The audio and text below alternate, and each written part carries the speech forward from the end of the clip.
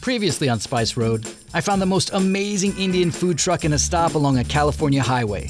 For my next meal, I've traveled 2,500 miles, and you better believe I'm hungry.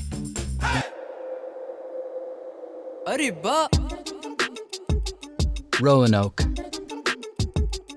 It's a city in Southern Virginia that many folks around the globe likely haven't heard of. It gets its name from the indigenous people who lived here long before Europeans knew the Americas existed. For hundreds of years, indigenous and African American communities fought to protect their cultures here. This part of the country also has special meaning for me. It's where the love of my life, my wife, Nancy, was born and raised. Coming back here, I think there's something to learn from this place she calls home. How families create and hold on to their culture, even in the face of impossible odds. I can't wait to chow down at an incredible Indian restaurant tucked away in the heart of a city surrounded by these majestic Blue Ridge Mountains. But there's a local lady I need to visit first.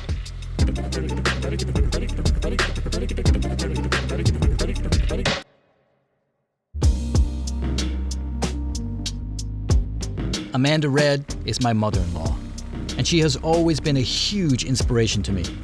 An 82-year-old black woman who grew up in the segregated South, she was a first-grade school teacher turned stay-at-home mom until her husband unexpectedly passed away when Nancy was 4, and Amanda had to go overnight from 0 to 60, learning how to run his business while also raising 2 young children. It wasn't easy by any means, but she made it through, and she did it with a tremendous amount of grace. No trip to these parts is complete without basking in her Southern charm and gleaning some wisdom. And it must be my lucky day, because Nancy is here to join me. Because I'm in this area, there's no way I can't say hi.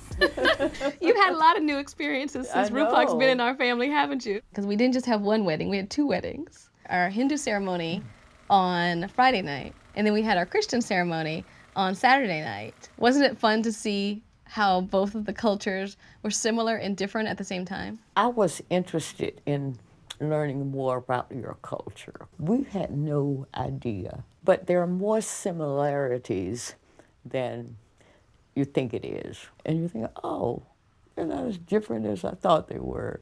And one of the fun memories I have is at our Indian wedding. To celebrate the bride, you have to put the kumkum, the red, and everybody, and so you're supposed to put the tikka on the forehead, but my side of the family didn't know. They were putting it on my cheeks.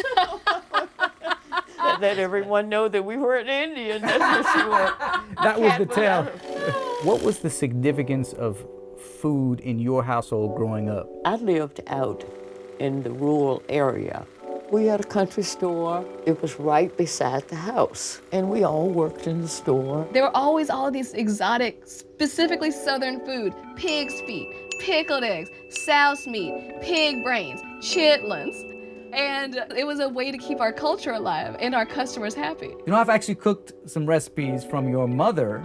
She had a cookbook, and I've cooked some of those recipes. My mother got married very young, and she didn't know how to cook. Rather than just guessing, she bought a cookbook, which most people in the neighborhood didn't have a cookbook. Because buying a cookbook in that era was considered an expensive item. My mom had my utmost admiration for saying, okay, I don't know how to cook, and I want to know how to cook. And the food is passed down from generation to generation. I think the last thing I made there was the butterscotch rolls with Little Nancy.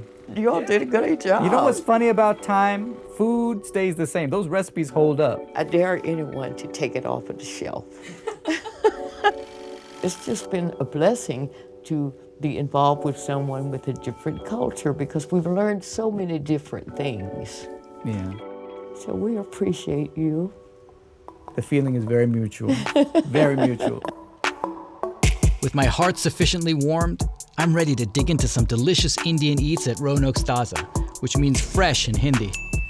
I'm going to be meeting with the owners, Sarah and Peter Raju, and getting the full scoop on the incredible hurdles this husband and wife duo had to overcome to succeed in running a successful Indian restaurant in a part of the country where it's more grits and gravy than tikka masala. After that, I'll be dining with another husband-wife team, my own. Hey, look at you! This is not a dhaba. This is very fancy, very nice, very classy. At long last, what should we do? If you want to try our gobi Manchurian or any other classic entrees, please, we would love to have you. What's the gobi Manchurian? Is that like a house specialty? It's one of our very famous appetizers. This is a crazy idea, but could I learn how to make that? Sure, why not? yes. Why not? Do we do it here? Where do we do it? Do it in the We'll do it kitchen. in the In the back? kitchen. Yes. Okay, let's go. Manchurian dishes are a hybrid of Indian and Chinese cuisine. Legend has it that it was invented in 1975 by Nelson Wang, an Indian chef of Chinese descent. Imagine the spicy zing of fried ginger, garlic, and green chilies. Now add a hint of soy sauce and chili paste, and you'll get a mental taste of it. The blending of cultures that led to this dish is an apt metaphor for what Peter and Sarah are doing as Christians from South India, now living in the southern United States. Welcome to my kitchen. Oh, wow. We're going to make gobi Manchurian. Okay. It's an Indo-Chinese kind Gobi? of a fusion. Yeah, gobi, Gobi, cauliflower. Yeah. I have a simple batter already made Okay. up here. So you add your gobi to. Gobi Yep. in. Just mix it up Mix well. it up, okay. Yeah. We are going to fry it golden brown. Drop it one at One at a time. Yeah. Let's not be. Oh my gosh, that Go was closer. closer. Yeah, that Yeah, was yeah, dangerous. That's why you were a pro. While this is getting cooked, we are going to do the Manchurian sauce. So you're going to have a little bit of oil, teaspoon of chopped garlic, All right. teaspoon of chopped ginger. Love both of these. Fresh diced peppers. I see all these ingredients. You know, it's so fresh. That's why we call taza. Taza means fresh. Taza means fresh. This is, you're living up to your name. This is what I like about it. We have some Manchurian sauce already made Okay. here. 1 full spoon. One This full is pretty spoon. concentrated. Touch of water. I can't flip the food yet. I got to work on that. This is level 1 cooking. A little, okay. This is Okay, the so gobi. here we go. Golden brown up here. Then mix it with this Manchurian sauce. That's it. Gorgeous. Yeah, you don't want to- wow. Let's plate it. Woo. Not the most elegant, Yeah. but we got it on the Great, plate. Yes. There we go. Just Oh, a some- little garnish. Oh, yeah. Uh-huh. Gobi Manchurian. Voila. You have to tell us how it tastes, and you made it yourself made it. too. Please. Hey, let's not ruin it, okay, guys? Here we go. Wow. The fresh ginger and garlic makes such a difference. Yes, it is. The crispiness of the gobi, the cauliflower, out of this world. Thank you. And of course the Manchurian sauce. Little kick, little spice, but not too much. Oh, look, what's this? What have we here?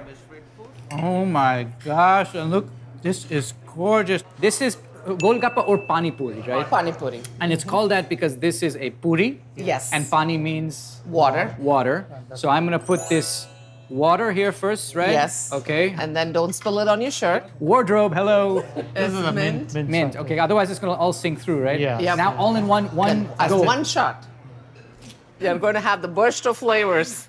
Oh, it's so good. Now this one, That's the chart. what's in this? Crispy rice puffs, Okay. and onion, tomatoes, and little secret spice. Yep. Let's see if I can guess what the secret spices are. Oh my gosh, it's like It's a little crispy on one end and a little soggy on little, the it's other. exactly right. It's crispy and soggy. Who can do Yes. that combination? Only Indians can. Chaat is one of my favorites. Yes. And here is 30 seconds on chaat. Should we do 15 seconds on chaat? Chaat! It's a snack food that combines sweet, tangy, savory, crunchy, and spicy. And chaat's not just one dish. It's a whole category to describe a variety of different snacks. But what they all tend to have in common is a dose of crispy carbs, diced boiled potatoes, chopped raw tomatoes and onions, chutneys like tamarind and mint, and some even add yogurt. So next time you're at a dhaba or desi restaurant, start your eating adventure off with some chaat. We both are from Chennai. We married, we came here. He's the first in culinary in our whole family. The passion or the love for food, that was his inspiration to start an Indian restaurant of his own. He struggled after opening quite a few and closing quite a few. How many did you open and close? About Like it 4. was 7. 7! We ended up one of our worst contract probably in 2011. We were, pawning all of jewels and Pawning jewels? Yeah. We didn't have no health insurance. We were arguing, we were fighting, and because we had 2 small kids. He went to the church, he prayed, he came back. There was a message from Roanoke Catholic School from the principal. Saying, heard you're on this business of food. Can you find me a good cafeteria manager and come chef. And I came and told her, oh my God, I just prayed and that's what he told me. I said, maybe it's for you. And I said, okay. Now I'm there for 10 years. I love it because, I get to practice my skill with other cuisines. Food was the riskiest thing, but it ended up being your salvation. Pawning your jewelry for an Indian woman, every Bollywood, movie shows that's the lowest point in the movie. We think that all that happens only in the movies, but sometimes it happens in real life. Did you buy the jewelry back or is it gone? No, we got it. We got the jewelry back. If you have to follow a dream, you have to be 100% behind of a person. You have to be there for them, and you have to understand what is life, and anything is not going to be granted and just given to you. You have to work hard for it. What I learned is how hard it is to make an Indian restaurant succeed in a smaller town in the South. Peter and Sarah were able to do it because they had community. But that community was not just South Asian. That community was faith-based. It was connected to Peter's journey and Sarah's journey. But I know for Nancy, moving out to LA was because of me and my career and what I wanted to do in my dreams. And to see that paralleled in the food industry and in the restaurant business, it's beautiful. Let me tell you a little bit more about my wife, Nancy. She's a host, TV show creator, and best-selling author. But our story begins way before all that, with a pageant, the Miss Virginia pageant to be exact, right here in Roanoke. You see, like for many Southern belles, pageants are in Nancy's blood. My first introduction to the American South was getting off a plane here and immediately heading to see her compete in the Miss Virginia pageant, which she won. For a kid from the gritty, hustling streets of Harlem, the down-home apple pie charm of this place, and this girl, was a seductive and much-needed culture shock. It helped me unpack my own upbringing and break free of the model minority stereotype I was buying into. Thankfully, Nancy was there to help burst that bubble and pull the wool off my eyes.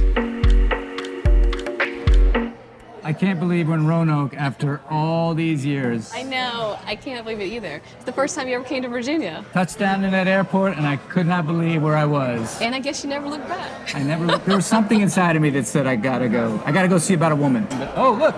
It's our lovely owners. Hi. So this is Peter. Hi, This is Sarah. nice to meet you. It's my wife, Nancy. Do you feel like there are any similarities between where you came from in South India and the South? Both are hospitable. That's good, yeah. What you give, what love you give, you get the same love back.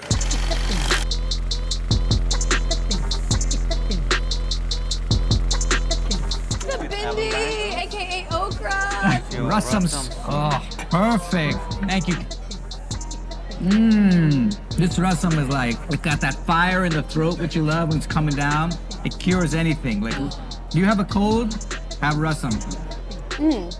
Oh, that's perfect. Not only did love go in this, but really good ingredients. I'm gonna try some of this. It's very good. It's like fried potato It's so good. Hold on. with a lot of spice and kick. And when you dip it In the dal. in the dal, it's incredible. It's Oh spicy. my God, this is so It's good. perfect. It's And it's been really interesting over the years to see how our cultures entwine and are vastly different. I come from what's called a model minority. We sometimes compromise ourselves too much and gave up who we were in the process and gave up our identity a little bit. And it eats at you. And it has done that to me and people I know. Like, I think that you're brought up sometimes to, even though you're bringing so much to this country, right? You're grateful for the opportunity. We were fighting for the rights we deserve and have been withheld from us against our will. Saying no, holding your ground, being confident and strong is very important, and being comfortable with who you are and not letting the world tell you anything different. Is there something that you feel Indian culture taught you? What you've been doing, your families have been doing for generation upon generation upon generation. So when you're blowing in the conch or when you're reciting the mantras, this is something that someone related to you has done for thousands of years.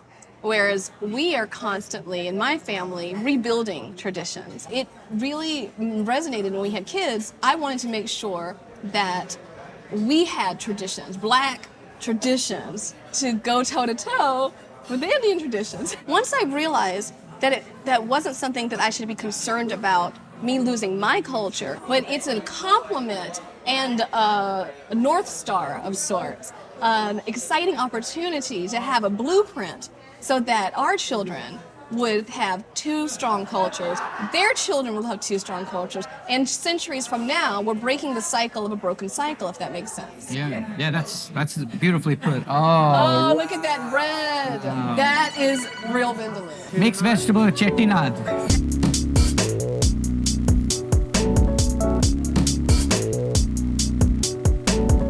What's the misinterpretation about small towns? There are no big dreams, and that there are no big opportunities. In many situations, for many types of people, there are more opportunities in a small town, but you have to have the support system around you. It is in your time of need that you really value community. And in the South, in these small towns, community is where you thrive.